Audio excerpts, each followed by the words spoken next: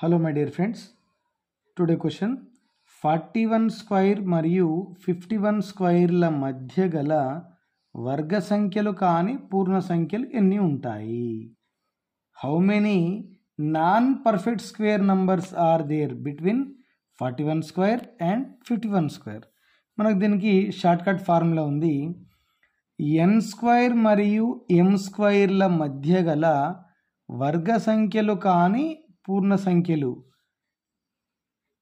m minus n into m plus n minus 1 ఉంటాయి.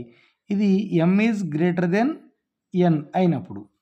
Okay, మన formula ప్రకారం ఇక్కడ m వాల్యూ 51 అంటే 51 minus 41 into 51 plus 41 minus 1. 51 minus 41 10. 51 plus 41 92 minus 1 అంటే 10 into 91 అంటే 910. అంటే 41 స్క్వేర్ మరియు 51 స్క్వేర్ల మధ్య గల వర్గ సంఖ్యలు కాని పూర్ణ సంఖ్యలు ఎన్ని ఉంటాయి? 910. ఇది అన్ని సంఖ్యలకు కూడా వర్తిస్తుంది, పూర్ణ సంఖ్యలకు.